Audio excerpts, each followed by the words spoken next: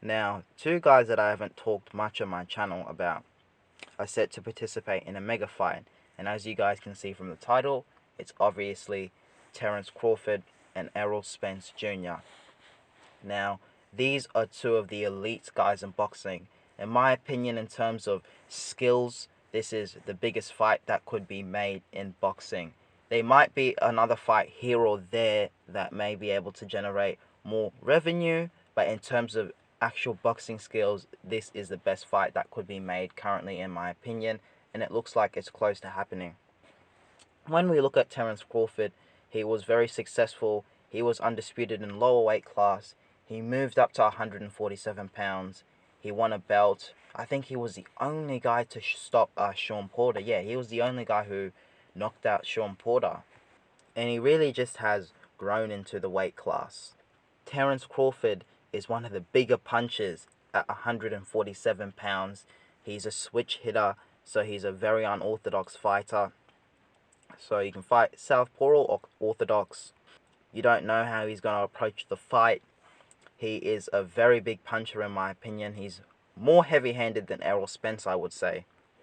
And he is a very sophisticated fighter. He will break you down and he'll come at you from awkward angles, and he's got very good timing, Terence Crawford. And he's got one of the 4 belts that Errol Spence is looking to get. Now, when we look at Errol Spence, he has had tremendous victories over guys such as Kell Brook, Mikey Garcia, Sean Porter, Danny Garcia, Yordenis Ugas, and so on and so forth. Now, after the car accident, when Spence fought Danny Garcia, there were many questions about Errol Spence. He really did nullify Danny Garcia in that fight. However, Errol Spence wasn't at his razor best. I think he did say that he was like only about 75%, you know. He fought 75% of his ability in the Danny Garcia fight. So, going into the Yordenis Ugas fight, there were a lot of questions about Errol Spence. People were saying that, you know, he's passive because he's chinny now. That not only how it affects you psychologically being in such a traumatic accident, but physically as well. You know, his joints were sore, he was weak, he wasn't able to produce enough power that, you know, maybe his athleticism and so on and so forth, physical attributes were declining. So people were really critical of Errol Spence Jr., but boy oh boy did he answer all of those questions in the Yordenis Ugas fight. He really did beat Ugas from pillar to post in that fight. Errol Spence is a high volume fighter. He was hitting Ugas to the body, hitting Ugas to the head. He was just breaking Ugas down. He's not the biggest puncher, but he's very persistent, Errol Spence. This is a guy who doesn't give up. His ability to sustain a high volume of punches throughout the course of a 12-round fight is incredible. We even seen it a little bit in the Sean Porter fight. I mean, that was probably his... I would say the Ugas fight was even better. And this is post, you know, car accident. Pre-car accident, Spence, his best performance was probably against, you'd probably say, Sean Porter or Kell Brook, because they were a bit more competitive and they were a little bit more established at 147 pounds. Now, some people might say, oh, well, he completely nullified Mikey Garcia.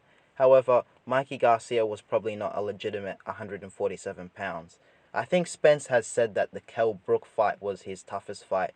Kell Brook is someone who has very good timing and who obviously is someone who is very physically strong. You know, this guy hydrates a lot. You can see he fills out after the weigh-in. So Kell Brook is a very big guy. He's fought at 154 pounds when he lost to Triple G. I think one of the criticisms of Errol Spence is that he's fought his entire career at 147 pounds. I think Errol Spence debuted at about 149 pounds even. So he's been making this weight for, you know, a very long time. And I imagine it's extremely hard for him to make weight. But I think he's mentioned a few times now that this would be his last fight at this weight class, and then he's moving up to 154 pounds, because trying to make 147 pounds, you know, at this age, when your metabolism slows down and you've grown you're really growing, it's very, very difficult because, you don't really fill out your frame until, I guess, your late 20s as a male. It's incredible to think what weight Errol Spence hydrates to. He probably, after the weigh-in hydrates to the 170s even, or at least the high 160s. This is an extremely big 147 pounder. And I feel like that's the reason why a few people are giving him the edge in the Terence Crawford fight. They're saying, though, a good big will beat a good small. So some people are looking at it with the size advantage and saying that Errol Spence is a bit too big for Crawford. Crawford's not fought someone this big. Though you have to give Crawford credit because he's a very heavy-handed welterweight and he's the only guy who ever stopped Sean Porter. Spence did knock Sean Porter down, but Terence Crawford was able to knock Porter out, and he was also able to knock out Kell Brook. So this is someone who is extremely heavy-handed.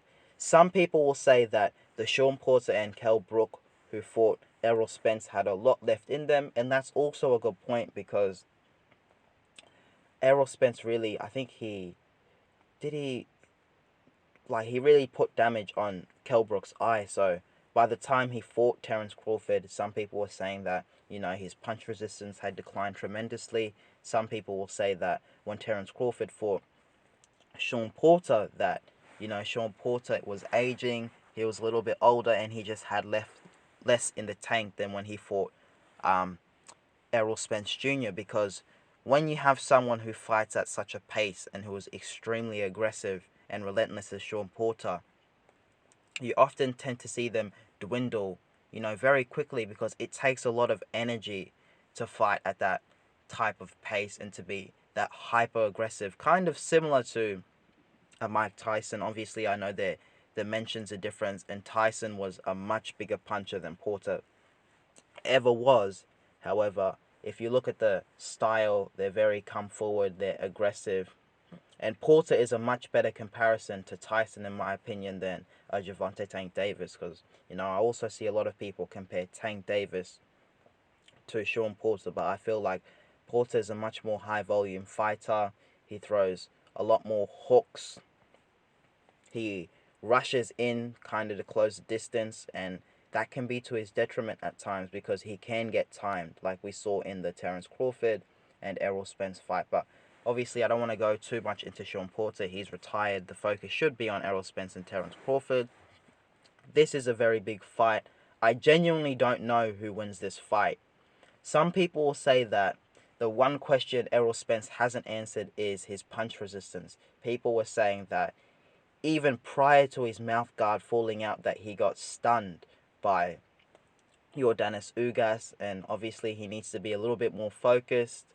Derek James is a very good trainer. He was telling Errol Spence after the fight that, we need to go back to the lab and make improvements. So this is also a very good trainer who is always thinking to work on a fighter's weaknesses and to constantly improve. Derek James might also win Fighter of the Year.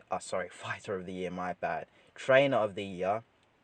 Because if Errol Spence, let's say hypothetically, becomes undisputed and moves up to 154 pounds, and Jamel Charlo is already undisputed at 154 pounds, let's say that Charlo defends his undisputed status against Tim Tszyu, and he wins that. Errol Spence has won the undisputed fight against Terence Crawford, then you'd probably have to give Derek James Trainer of the Year. But let's not look that far, and let's not talk about hypotheticals about, this person being Trainer of the Year.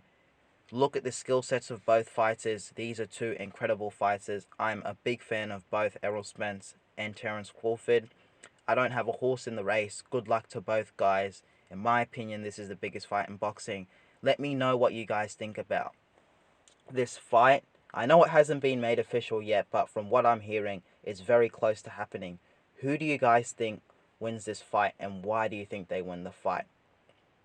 Try to be objective and look at both fighters' strengths and weaknesses. Every fighter has weaknesses. No fighter is, a perfect fighter. It doesn't exist. It's virtually impossible to be a perfect fighter. when you look at fighters, you know, and their biomechanics, there's certain things that they can and cannot do, and certain things that come naturally to fighters, and certain things that will probably never come to fighters because of their biomechanics. So every fighter has flaws. Who do you think will win the fight and why? Once again, alright guys, don't forget to like, comment and subscribe. Peace.